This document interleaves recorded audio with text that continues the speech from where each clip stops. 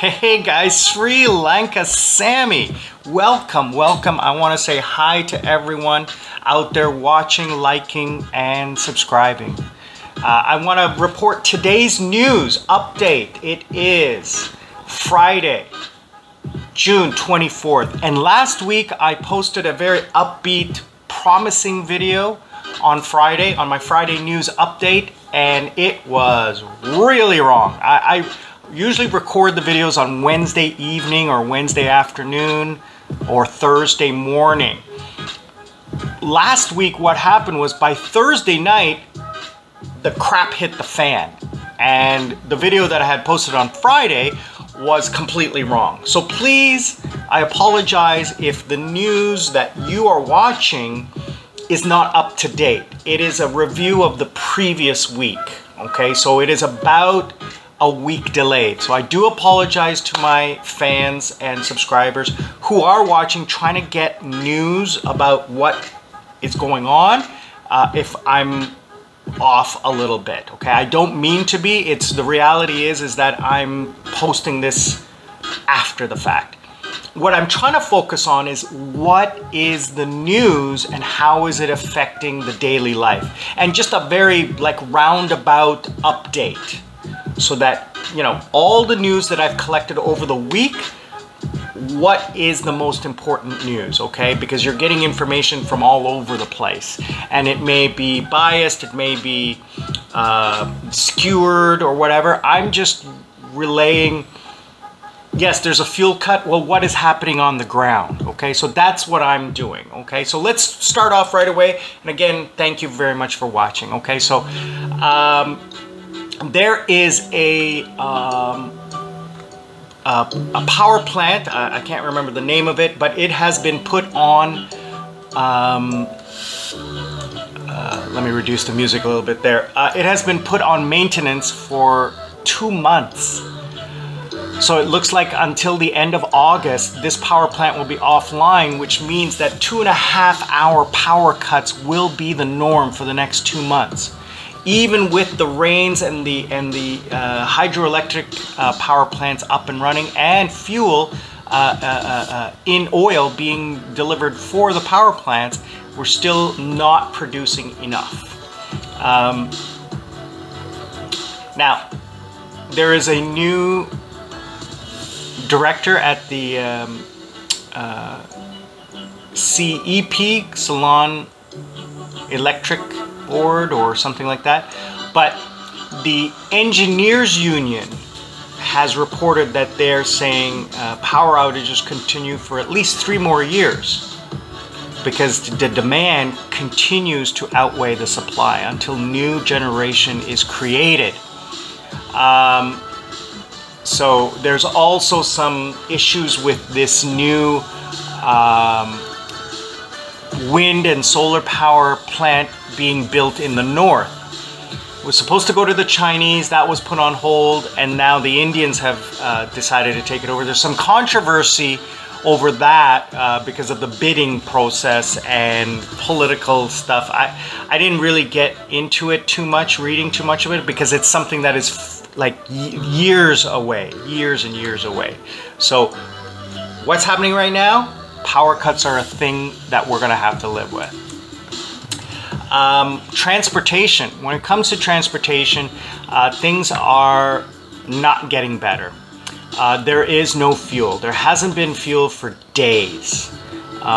If you watch one of my other videos, my driver sat 12 hours in line and still couldn't get fuel. When the fuel did come, there wasn't enough. There has been diesel fuel delivery problems, which has meant that the private buses that operate in Sri Lanka have not been able to get fuel and can't operate, which means that those buses are now not on the road, and the government-run buses, which do have fuel, are only about 30% of the capacity. 70% of the buses on the road are private. Now, those were reduced to about 20%, so we were talking about 50% of the buses on the road. that has now increased by about another 20 or 30% because of diesel availability, but the fares have increased.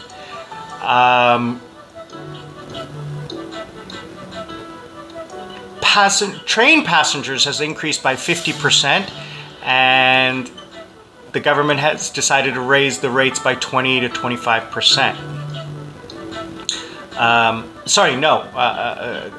Train fare is 25% less than bus fare, so the government is thinking about raising that rate.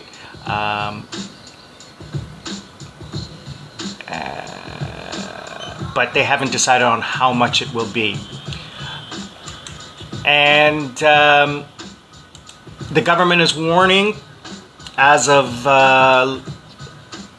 early last week, that I already talked about this. The power plant Noro Chocholai coal power plant will be shut down for maintenance for 70 days.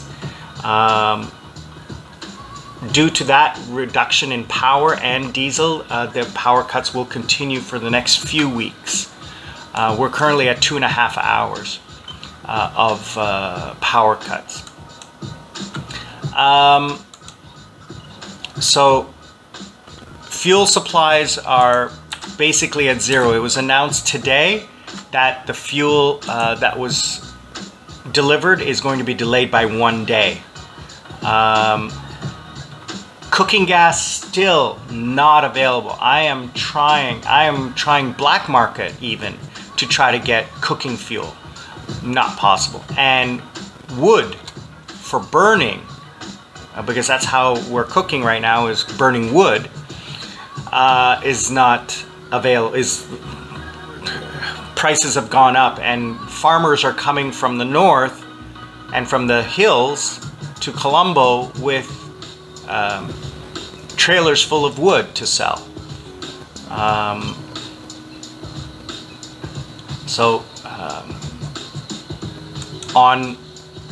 When I posted my video on Friday last week, I had made that video on Wednesday, I think. Thursday or Friday, when I went out shopping, and on Sunday when I went to the cricket match, the lineups for fuel, I have never seen the style of that length of lineup. It was kilometers long on a Sunday. It was impossible. I couldn't believe it. Power cuts, again, they're talking, I'm reading the news here, power cuts. Now, some good news, the committee level IMF teams did arrive, and it is expected that they will come to an agreement, a working level agreement, by the end of, middle of July, end of July. Money probably won't come until the end of the year. That's going to be a truthful thing, but we're moving in the right direction. It's going to be a hard couple of months, 2 or 3 months. It's going to be impossibly hard, but we're moving in the right direction. And I've said before, this crisis is different than most of other countries because Sri Lanka has the ability to pay it back. One other good news is that the US has responded by offering $12 million in food security, and then another $6 million from US aid. Yeah, so money is coming in from different countries, and I've reported this before. The different countries that are offering our South Asian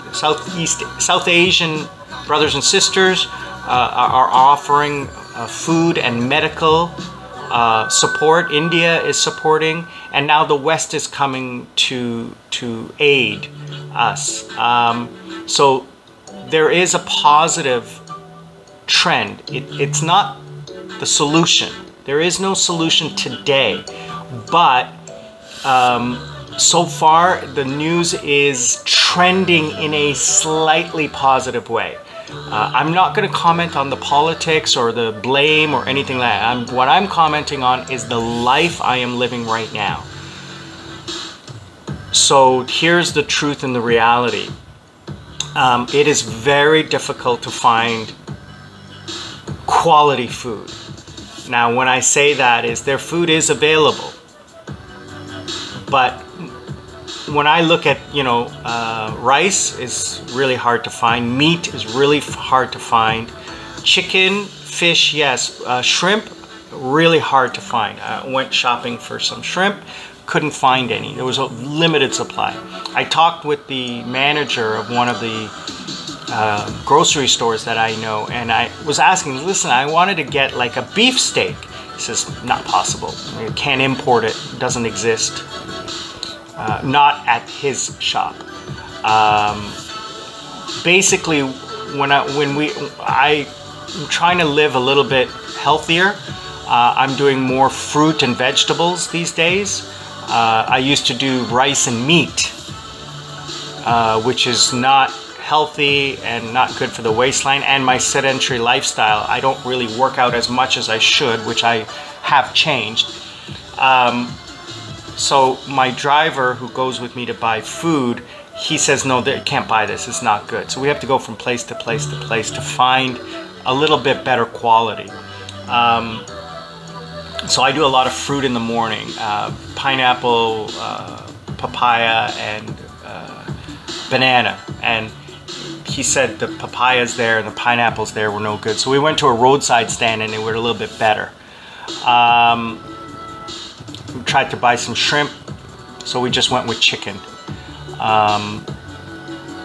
But the vegetables are a lot there, like potatoes, cucumber, beans, not a problem. We have a small garden in the back, which we also harvest.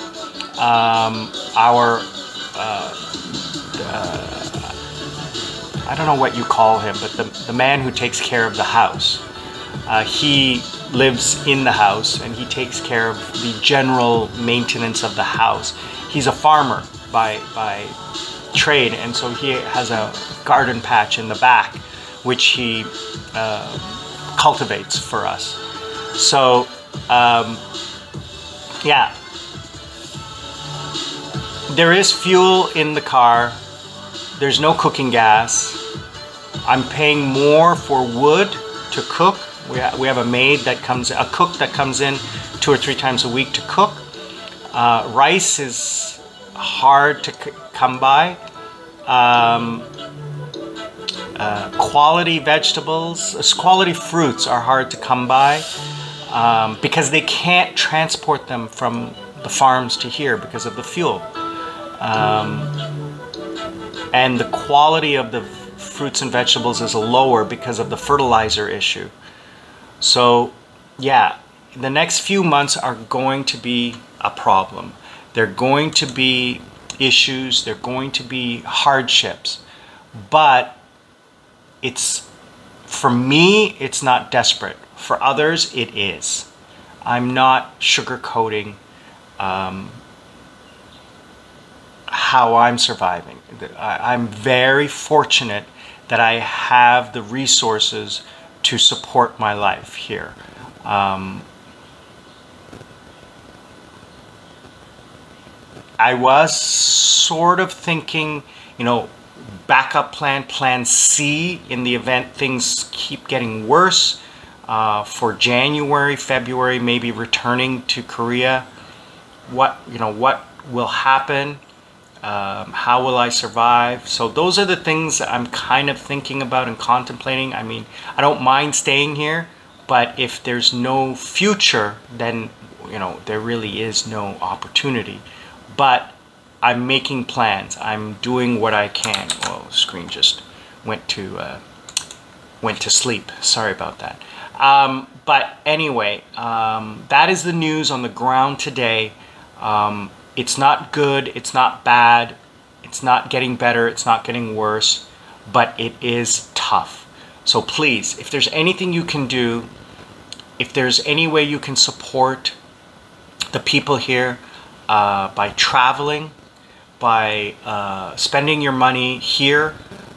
It would be greatly appreciated to the people of Sri Lanka. And I thank you in advance to those who already have and to the countries who are supporting us. This is Sri Lanka Sammy, wishing you the best. Stay safe, stay happy, stay healthy. I'm out.